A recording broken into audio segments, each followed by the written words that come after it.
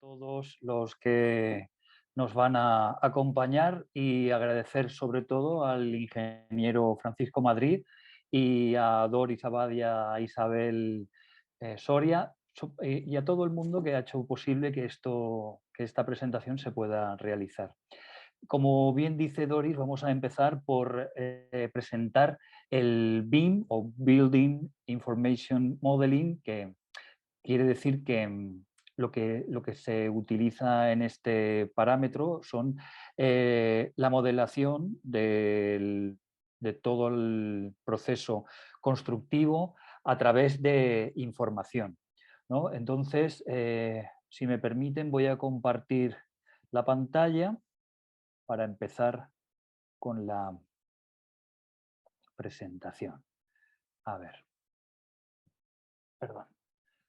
Construcciones, aquí tenemos inteligentes usando BIM. Bueno, lo primero, vamos a ver qué es el BIM, cuáles son sus orígenes y qué ventajas tiene respecto a otros sistemas. Hay que recordar que BIM no es un programa de dibujo, no es un programa de modelamiento, simplemente BIM significa lo que hemos dicho, ¿no? Un procedimiento a través del cual podemos obtener unos resultados bastante satisfactorios a la hora de diseñar cualquier edificio, cualquier construcción y vamos a ver cuáles son sus ventajas.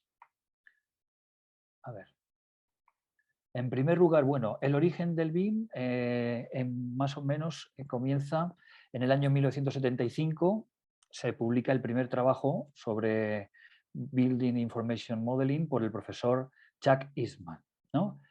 En 1984 se crea el ISO-STEP, que es donde se regula la forma estándar del modelo de datos para el intercambio de productos y sale Archicad, ¿no? Que es el primer programa BIM.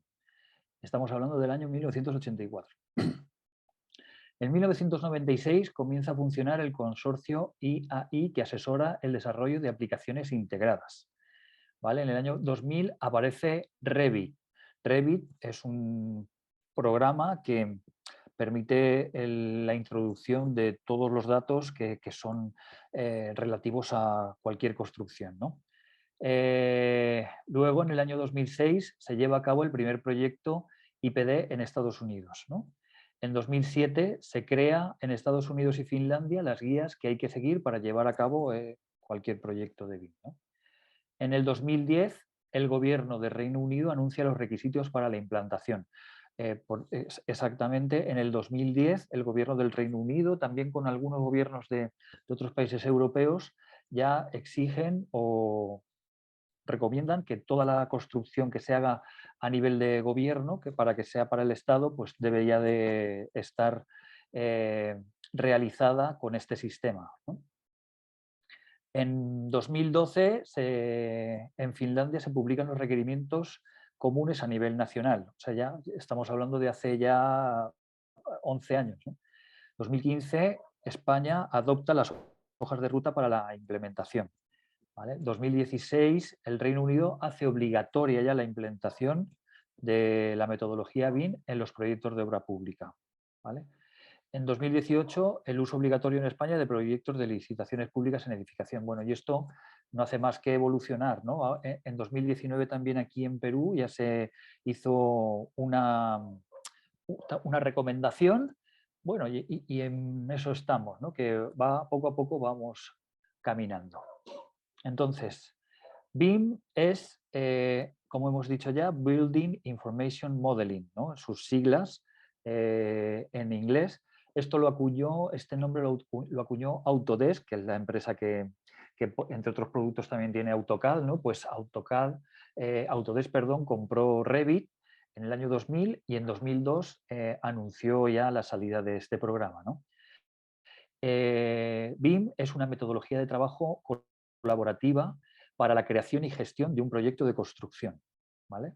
O sea, no solamente es crear el proyecto, sino que todo alrededor, lo que es construcción, los constructores, todos los especialistas, ¿no? Electricistas, fontaneros o gasfiteros, telecomunicaciones, todos protección contra incendios, todos los especialistas que forman parte del proyecto, pues están unificados a través de esta plataforma, ¿no?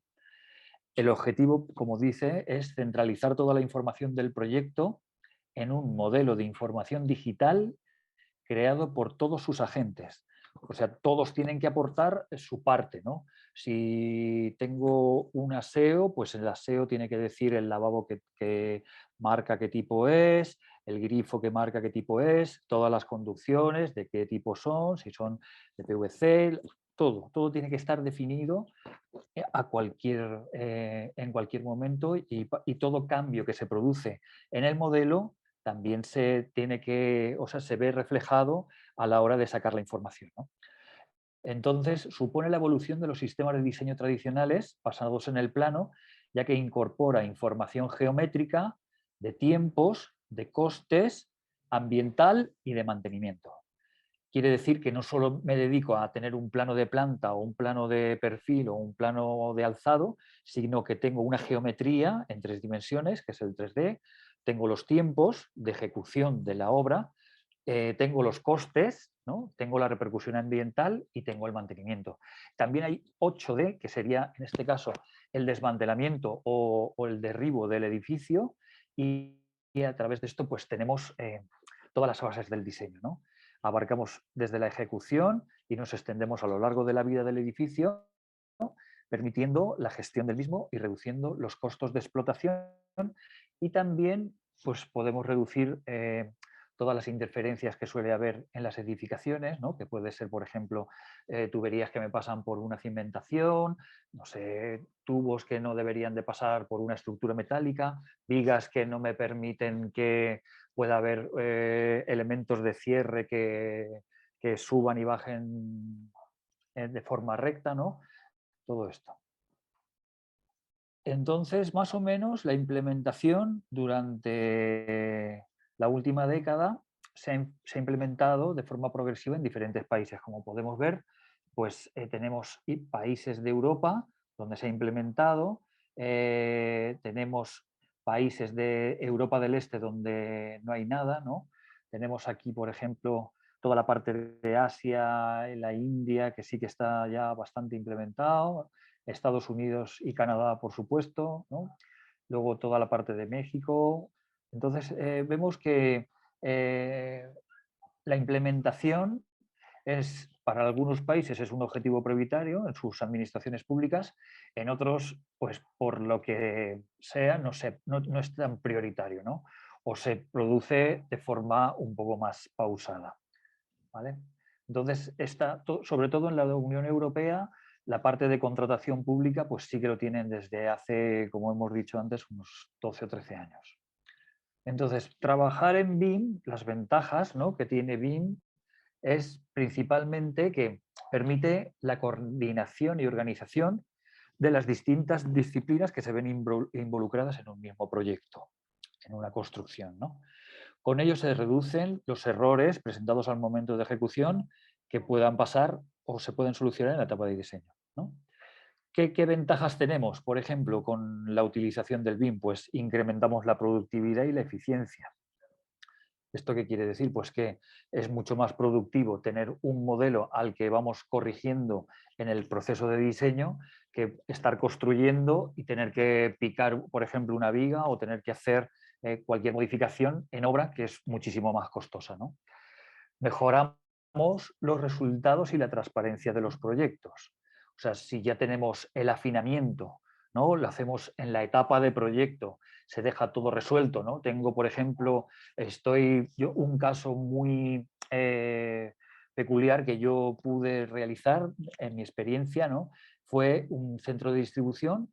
La segunda fase de ese centro de distribución eran 65.000 metros cuadrados, perdón, 35.000 metros cuadrados, y se hizo el proyecto desde enero que se empezó hasta mayo. En esos 5 meses se hicieron todas las modificaciones, todo lo que hubo que hacer para que, o sea, todo el afinamiento, digamos, al proyecto para que las incompatibilidades, etcétera, quedaran resueltas.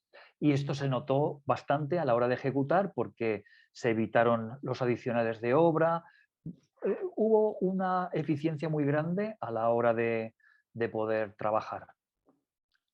Luego se reducen los costes y los riesgos también, ¿no? Fomenta la colaboración y la coordinación. El trabajo en equipo es súper importante en estas fases, ¿no? En estas fases de construcción, porque una perfecta coordinación, ¿no? Un trabajo transversal, digamos, entre las áreas, distintas áreas de ingeniería, ¿no? Todas las ingenierías y todas las especialidades que van solapadas a estas ingenierías, pues trabajan de una forma mucho más fluida, ¿no? Se fomenta este tema de la cultura, el liderazgo, ¿no? Y el trabajo en equipo, ¿no?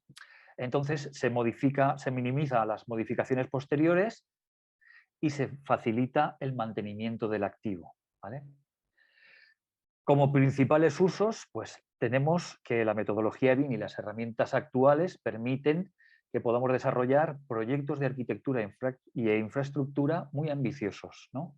Quiere decir que podemos hacer desde un simple chalet o una construcción, digamos, pequeñita, a hacer una ciudad prácticamente entera, ¿no? Utilizando la inteligencia artificial, utilizando el Internet de las cosas o Internet of Things, y todo esto darle un valor muy añadido o muy agregado a lo que estemos produciendo, ¿no? Sin embargo, no siempre llegan estos proyectos y no siempre tenemos el nivel de implementación BIM adecuado en nuestra organización. Lo que sí que podemos afirmar, ¿no?, que es que BIM ha revolucionado y cambiado a mejor aspectos del día a día de arquitectos, ingenieros, aparejadores, ingenieros de telecomunicaciones, etcétera, y sobre todo los promotores y los constructores, ¿no? Porque siempre son los que, de alguna u otra forma, si un arquitecto, un ingeniero tiene un error en la ejecución de un proyecto, no hemos tenido esa visión que nos da el tener la tecnología BIM, pues simplemente erramos en la construcción. No es lo mismo que errar en un papel o en un ordenador, que podemos arreglarlo y no hay ningún problema. Entonces, los principales usos que le están dando al BIM son el modelado en 3 dimensiones, en render y realidad virtual. Compartimos documentación y datos del modelo con un entorno, ¿no? Detección de interferencias, ¿no?, conteniendo la visión 360, que podemos ver el edificio desde abajo, desde arriba, podemos comprobar, como hemos dicho antes, todas las interferencias, ¿no?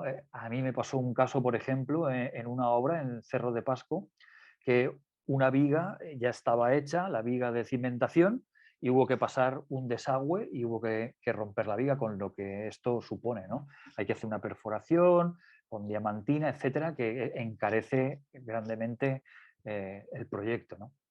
Entonces, hay también un control de costes y mediciones vinculado al modelo de 3 dimensiones y la planificación y gestión del proyecto. Las etapas del desarrollo de un proyecto BIM, pues, tienen desde un inicio hasta un final, ¿no? Quiero decir que principalmente la metodología BIM es un entorno colaborativo para la creación y gestión de proyectos constructivos, ¿no? Entonces tenemos las dimensiones por un lado, como hemos dicho antes. La primera y la segunda dimensión sería el plano en AutoCAD que conocemos de toda la vida, ¿vale? Entonces la geometría sería ya la tercera dimensión. Quiero decir que ya no tengo un modelo que es un plano, no es un alzado, un perfil, una planta, sino que ya tengo un modelamiento del edificio en 3 dimensiones, ¿no? Luego tengo la cuarta dimensión, que sería el tiempo, ¿no?, lo que cuesta ejecutar cada trabajo de los que esté constando la construcción. O sea, yo en la construcción tengo cimentación, tengo estructura, luego en la estructura tengo cerramientos, tengo suelos, tengo techos o forjados, ¿no? Entonces hay que ir revistiendo la construcción y luego, ya una vez que tengo el armazón, ir metiendo las instalaciones, ¿no? En algunos puntos incluso ya puedo ir dejando los pases para diversas instalaciones y no tener que luego estar, como hemos dicho antes, perforando, ¿no? Pues se prevé eso todo mucho antes. Luego los costes, que es la quinta dimensión, la eficiencia energética, ¿no?, que si yo coloco tabiques, coloco ventanas con doble aislamiento o con doble cristal, con aislamiento acústico, térmico, etcétera. Cuanto más yo le vaya implementando al proyecto en tema de eficiencia energética, mucho más eficiente va a ser tanto la envoltura como el edificio, ¿no? La envolvente, mejor dicho. Entonces, ya la séptima dimensión sería entrar en operación, ¿no? El edificio, si por ejemplo es un hospital, pues que entre en operación para atender a los clientes del hospital, ¿no? O a los posibles enfermos y tal, ¿no? Entonces, luego tengo el modelo virtual. Ese modelo virtual tiene asociada una base de datos donde se guarda todas las características de todo lo que implementa ese proyecto. O sea, si tengo un tabique de ladrillo del 9 cerámico con doble cámara o con cámara de aire y otro tabique más pequeño, etcétera, o las ventanas, qué tipo son, las puertas, todo, el suelo, techos, todas las instalaciones, etcétera. Todo esto es un archivo interoperable que yo puedo consultar o yo le puedo enviar al arquitecto, al estructural o al diseñador de las instalaciones, ¿no? Es una metodología que es muy colaborativa, como hemos dicho antes, ¿no? Entonces, como primera fase, lo que tenemos que hacer es un análisis inicial, ¿no? Antes de implementar el BIM, tenemos que hacer un análisis de la empresa. Es preciso conocer cuál es el punto de partida para determinar las acciones a realizar y así concluir con éxito el diseño. Se analizarán elementos como los proyectos, procedimientos, necesidades, estructura, portafolio o las prácticas que normalmente controlan el día a día. O sea, antes de yo poner la primera piedra, digamos, tengo que saber qué servicio voy a querer dar, qué clientes son los que voy a atender, qué tipo de edificaciones son las que puedo construir, ¿no? Y en base a eso generar ya todo el sistema que va a acompañar el desarrollo de los proyectos, ¿no? Luego, la segunda parte sería la selección de productos, ¿no? Para una correcta implantación BIM en empresas es esencial tener claro qué productos o servicios van a ser objeto del proceso. Normalmente es la alta dirección la que toma esas decisiones, aunque un BIM manager también puede influir, ¿no? O sea, si yo ya tengo la cierta envergadura en mi empresa para poder tener un BIM manager, porque ese BIM manager es el que nos va a dar toda la orientación a la hora de qué programa elijo, qué tipo de información o qué tipo de especialistas necesito tener en mis proyectos de BIM, si necesito especialistas en gasfitería, en redes eléctricas, en protección contra incendios, todo eso lo tengo que tener muy claro para luego poder planificar bien todos los procesos del proyecto, ¿no? Luego, la planificación. Se podría decir que esta fase es la que comprende, se corresponde con la planificación en sí, es decir, que define las etapas a seguir, la metodología y los recursos, tanto materiales como humanos, que se requieren. Un poco lo que estábamos comentando en el punto anterior, ¿no? Y por otro lado, se detallarán costes, riesgos y las actividades a ejecutar. A la hora de ejecutar, en el cuarto punto, la ejecución, esta cuarta fase de la implementación BIM se hará realidad con todo lo que se describió en la parte anterior, en la etapa 3, ¿no? Que era la planificación. En la ejecución, así por ejemplo, una de las tareas a abordar de mayor importancia sería elegir el BIM software con que se trabajará. Luego, posteriormente, veremos que hay una gran variedad de software, ¿no? Para poder ejecutar los proyectos según la necesidad que tengamos, si es diseño, si es corroborar obra o tener algún visor para poder ver archivos. Entonces, veremos cómo es el uso de cada software, ¿no? Luego, en la documentación, es el momento de redactar los planes de adquisición, recursos humanos, formación y comunicación. Con esto se determinará qué licencias necesita la empresa, qué tipo de formación se requiere para los empleados y qué nuevas contrataciones deberán hacerse para que todo el plan de BIM tenga éxito en la implementación, ¿vale? Las licencias es una de las etapas más relevantes del proceso y tenemos que contar con licencias necesarias para el desarrollo de la actividad. Y en la fase anterior se identificaron que las licencias eran necesarias, ¿no? Ahora es el momento de transmitirlas y obtenerlas para que la organización pueda operar.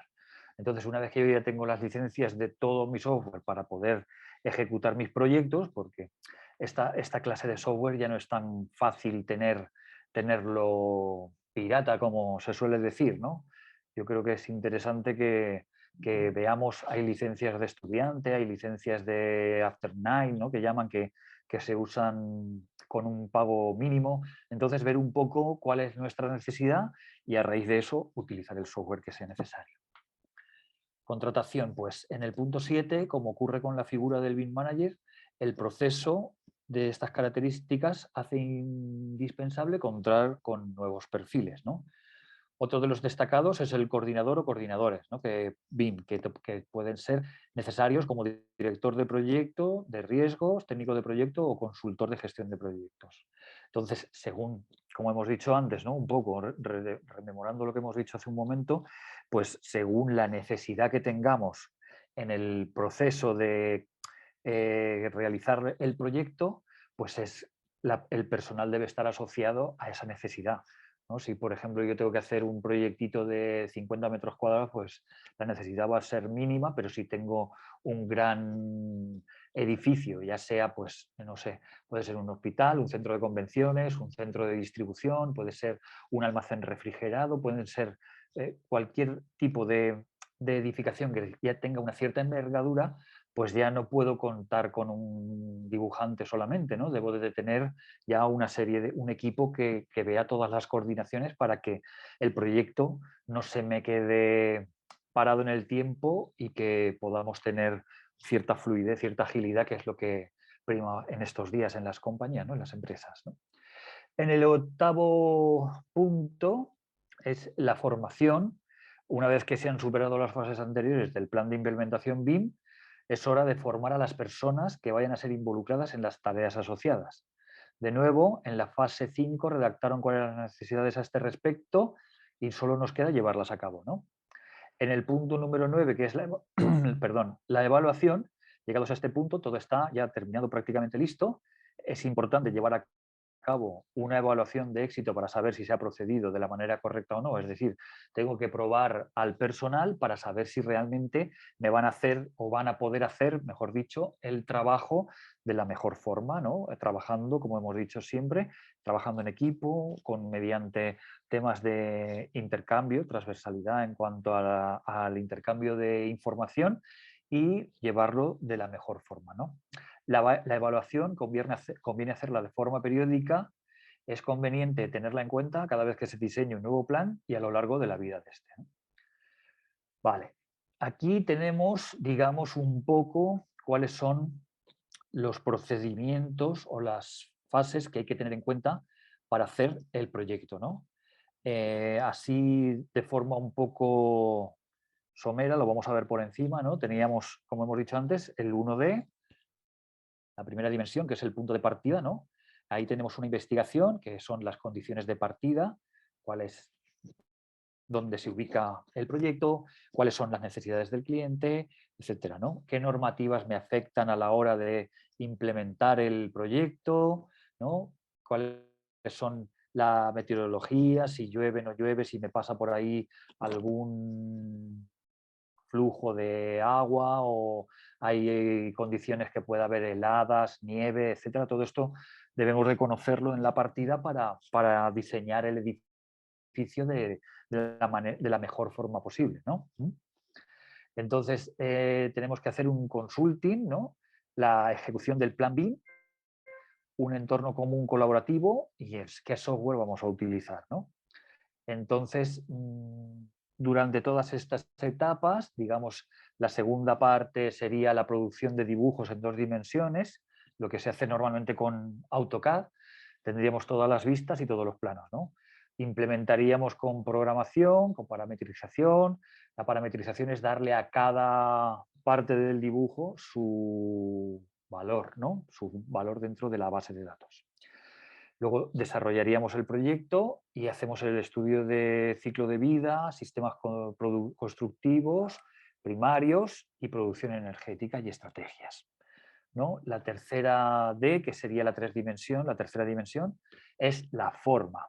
Ahí ya puedo hacer los renderizados del dibujo, o sea, de todo el edificio, los recorridos virtuales, el escáner láser, ¿no? La implementación, creación de objetos, programación visual, detección de colisiones. Esta es, digamos, para mí es una de las cosas, de las los temas más importantes que es la detección de interferencias o de colisiones, ¿no? Porque es lo que nos va a ahorrar tiempo y dinero. O sea, las próximas Ds, la 4D y la 5D, se ven muy afectadas si yo no hago el análisis en la tercera dimensión, ¿no? La tercera dimensión ya tengo que tener todo definido, el edificio, digamos, estructuras e instalaciones, etcétera, para saber, para ver de una forma global las incompatibilidades y poderlas dejar resueltas, ¿no?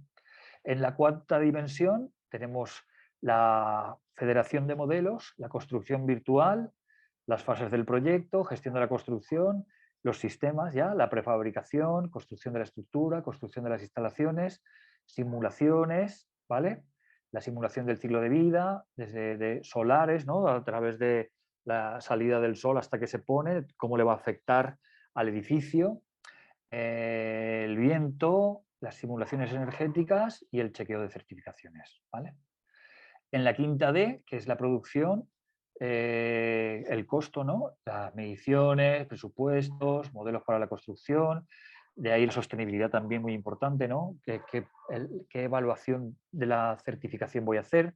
¿Cómo va a ser el coste durante el ciclo de vida del edificio? Eso es súper importante porque no es lo mismo que yo tenga un edificio donde se quedan, por ejemplo, prendidas las luces, se queda prendido el aire acondicionado, nadie tiene la precaución, ¿no? de ir apagando, etcétera, o tener un edificio ya, digamos, inteligente, donde a través de sensores, etcétera, toda la edificación se regula según el clima que tenga en la parte externa y va apagando, encendiendo el aire acondicionado según la ocupación de las estancias, etcétera, ¿no?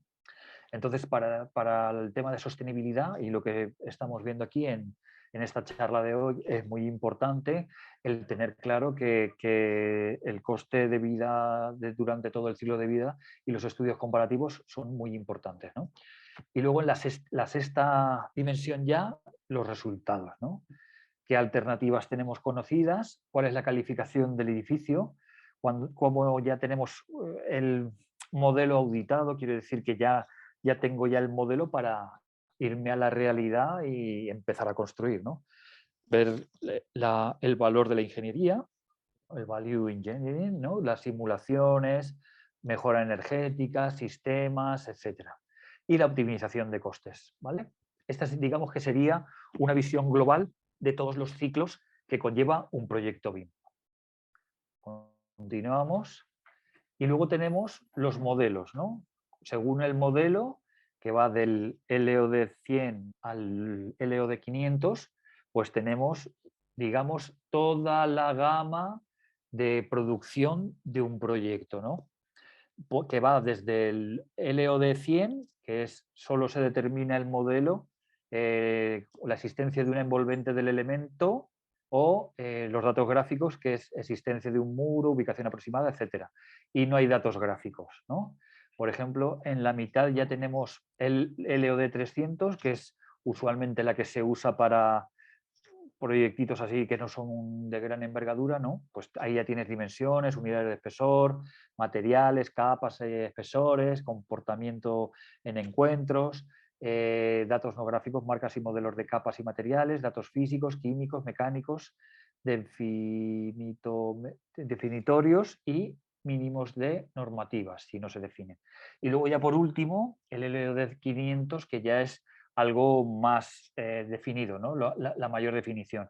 Ahí toda la información gráfica es fiel a lo ejecutado en la realidad. Digamos, esto ya es un plano as-built, ¿no? O sea, ya sería el modelo tal cual está construido, ¿vale? Siguiendo toda la cronología que ya hemos ido viendo a lo largo de la charla. Beneficios. ¿Qué beneficios nos aporta el utilizar la tecnología BIM? Pues ya hemos hablado en varios momentos de esto, pero es hacer o tener la elaboración de proyectos de una forma ágil y eficiente usando elementos propios de la ingeniería, ¿no? La detección y solución de conflictos entre distintas fases de un proyecto, lo que hemos estado hablando durante la exposición, ¿no? Es decir, que no haya o haya la menor parte de interferencias que sea posible, ¿vale? El control de la producción en obra y actualización de la planificación en tiempo real. Elaboración de mediciones y presupuestos, seguimiento del mantenimiento y ciclo de vida de una infraestructura. Esto también es muy importante porque yo en una infraestructura puedo tener activos tales como centrales de producción de aire acondicionado, bombas de protección contra incendio, toda la infraestructura de iluminación, instalaciones eléctricas, puntos de etcétera, de todas las instalaciones, activos e infraestructuras, y con digamos, con esta tecnología yo puedo tener hasta en algunos casos se hace un gemelo digital, ¿no? Yo tengo, por ejemplo, una fábrica de ladrillo cerámico, pues yo hago un gemelo digital de esa fábrica y tengo ya todos los activos, todas las infraestructuras y todas las instalaciones definidas y controladas en el gemelo digital, y me voy a la realidad y llevo el plan de mantenimiento de todos los activos, instalaciones e infraestructuras de la mejor forma posible, ¿no? Entonces, esto me acompaña un poco a lo que es el último punto, que es la digitalización completa de un proyecto y la visualización del resultado real y la elaboración de maquetas. Ustedes habrán visto en algún momento estas gafas de realidad virtual que se ponen en algunos, en algunas empresas, hacen estas presentaciones para que la gente pueda conocer, no sé, dar un paseo virtual por una fábrica, por cualquier edificación que está realizada con la tecnología BIM, ¿no? ¿Qué beneficios nos aporta la aplicación de la tecnología BIM en la ejecución de proyectos? Pues ya lo hemos comentado, pero para dar ya una, digamos, una visión global, ¿no?, de lo que nos aportaría, pues esta tecnología BIM crea muchas oportunidades y desafíos, ¿no? Proporciona un proyecto desde una fase inicial, mayor control de los miembros que pueden estar gestionando más eficientemente las variables como el costo, la cantidad y el tiempo, la calidad, perdón, y el tiempo, y además beneficios que tienen una gran influencia en la productividad y en la eficiencia de la producción. Además de que cada actividad relacionada con la gestión, ¿no?, también la cantidad de relación de la información, de la gestión de la información, ¿no? Entonces, como resultado, el diseño de la información es explícito y a disposición de todos los interesados que son capaces de apoyar las iniciativas en la toma de decisiones, ¿vale? Es lo más importante, ¿no? Que creamos un entorno, digamos, global, donde podemos estar actuando todos los agentes de una forma muy colaborativa para que el proyecto vaya de una forma muy, muy grande, ¿no?, muy acelerada, muy ágil, para que todo llegue al mejor puerto posible y trabajar de forma muy colaborativa, vuelvo a repetir, ¿vale?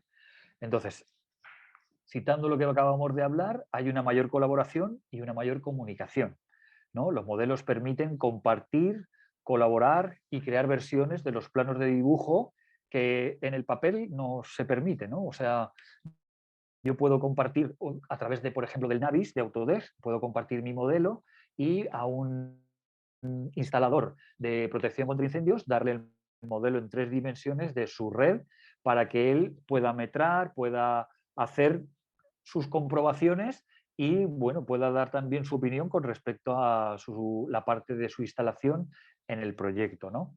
Los equipos pueden compartir modelos y coordinar la planificación, ¿no?, asegurando que los interesados tengan una idea general del proyecto.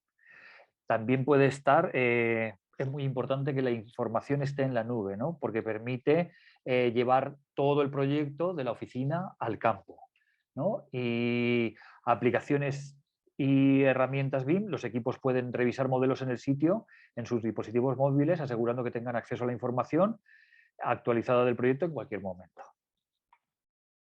Podemos visualizar el proyecto en la etapa de preconstrucción.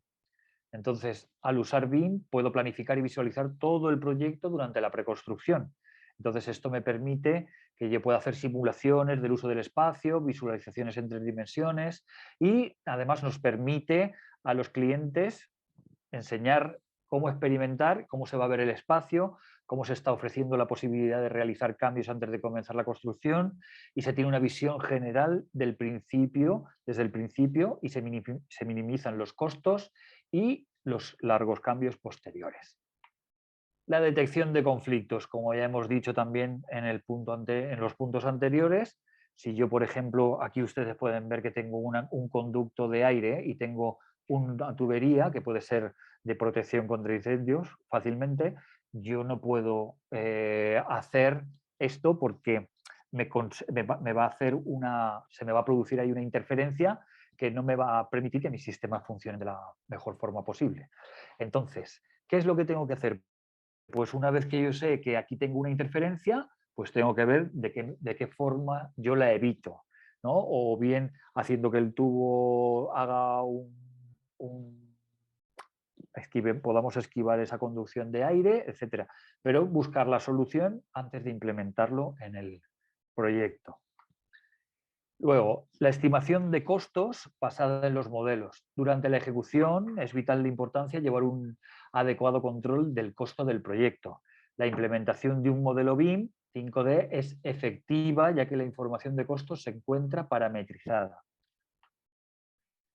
De la misma manera, tenemos la programación y la secuenciación mejorada. Quiere decir que muchos de estos beneficios que ya nos proporciona esta tecnología nos ahorran dinero, ¿no? Y nos dan un ahorro también bastante importante del tiempo a reducir los ciclos del proyecto y eliminar los contratiempos del cronograma de construcción, ¿no? BIM permite que el diseño y documentación se realicen al mismo tiempo y que la documentación se cambie fácilmente para adaptarse a la nueva información. Entonces, como las condiciones, por ejemplo, del sitio, ¿no? Los horarios pueden planificarse con mayor precisión y comunicarse exactamente. También puedo tener una mayor productividad en la fabricación, en la prefabricación, al tener el modelo ya tengo cuáles son las estructuras, tengo cuál es el material que voy a utilizar. Entonces yo necesito aquí, por ejemplo, en este ejemplo que vemos, hay un tabique de hormigón o de concreto prefabricado con toda su armadura y tengo un hueco ya de una puerta y una ventana ya prefabricado, ¿no? Lo único que tengo que hacer es coger el modelo, ir a los especialistas del fierro y del concreto y producir este modelo sin tener que hacer mucho más, ¿no? También el aumento de la seguridad puede ayudarnos BIM a mejorar la seguridad en la construcción porque podemos identificar peligros antes de que se conviertan en problemas y evitar riesgos físicos al visualizar y planificar la logística del sitio con anticipación. El análisis visual de riesgos y las evaluaciones de seguridad pueden ayudar a garantizar la seguridad en el transcurso de la ejecución del proyecto. ¿Vale? Entonces, la mejor gestión durante la vida de instalaciones y edificios, esto va un poco asociado a lo que hemos dicho sobre el tema de mantenimiento de activos, instalaciones e infraestructuras, ¿no? La información del modelo nos permite tener una una simulación, ¿no?, de la operación del edificio y también ver la operación después de que se finalice la construcción. Entonces, el registro digital y continuo de la información es valioso para la administración de las instalaciones durante el ciclo de vida del edificio. Los datos pueden enviarse al software de mantenimiento de edificios existente para su uso posterior a la ocupación, ¿vale? Entonces, es una tecnología súper interesante. Bueno, pasamos ya un poco a lo que es el centro de la charla, ¿no?, que es el Smart Building o la edificación inteligente a través del BIM, ¿no? Entonces, el diseño de un Smart Building, ¿no?, un edificio inteligente, se basa en varios parámetros según la GSA de Estados Unidos, ¿no? Uno es reducir la demanda de energía para su funcionamiento. O sea, cuanto yo más reduzca la demanda de energía, quiero decir, si yo, por ejemplo, tengo programado mi aire acondicionado según los usos de las oficinas, horario de encendido, apagado, temperatura de confort, no tenerlo a 18 grados ni a 27 en invierno, sino tener temperaturas que oscilan según la normativa internacional entre 20, 21 a 22 grados, ¿no? Esa sería la temperatura de confort, pues esto nos va a dar una reducción considerable de la demanda energética. Bueno, hay también, en un segundo punto, que podemos hacer una integración de las energías renovables, ¿no? Podemos tener energía fotovoltaica, podemos tener energía térmica solar también, que nos va a producir agua caliente con el aporte de cualquier fuente de energía, ya sea eléctrica, gas, gasoil, etc. Luego, utilizar equipos que sean muy eficientes, ¿no? Luego tenemos usar de forma intensiva los sistemas de control para regularización de la monitorización del funcionamiento de los sistemas, ¿vale? Entonces, pasamos de edificio eficiente a edificio inteligente. Claro, el edificio eficiente, como estamos diciendo, es el que, digamos que las personas que lo utilizan o que lo habitan se encargan de que todos la energía eléctrica, que la energía frigorífica, todo se utilice de la forma más eficiente posible. Pero eso no es inteligente, ¿no? El edificio inteligente, según la GSA, es aquel que integra los principales sistemas del edificio en una red común, comparte información y funcionalidades entre ellos para mejorar las operaciones del edificio, ¿no? Aquí se habla de hasta unos 1000 sensores que pueden ser de temperatura, de humedad, de ruido, vibración, externos para medir la presión, la meteorología, etcétera, ¿no? Con esta información se hace un procesamiento y el edificio actúa según esos parámetros, ¿no? Si yo tengo en la calle 30 grados, pues dentro del edificio se regula automáticamente para que la iluminación, para que el sistema de aire acondicionado, etcétera, funcione de la forma más inteligentemente posible, ¿vale? Entonces, ¿qué debe de cumplir un edificio inteligente? Los objetivos perseguidos por la GSA son los siguientes. Eficiencia energética, mejorar la eficiencia operacional, claro, mejorar la satisfacción de sus ocupantes, ¿no? Y el programa GSA Building Link utiliza un mínimo de 1000 puntos de datos por edificio para establecer los parámetros de operación y uso de la energía. Para The Climate Group, un Smart Building es un conjunto de tecnologías usadas para realizar el diseño, la construcción y la operación de un edificio nuevo o existente para que funcione de manera más eficiente, ¿vale?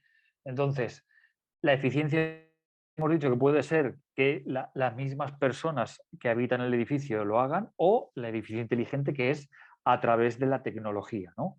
De la transformación digital que supondría el implementar estos sistemas inteligentes para que el edificio no solamente funcione de forma eficiente, sino de forma inteligente, como ya hemos dicho, ¿no?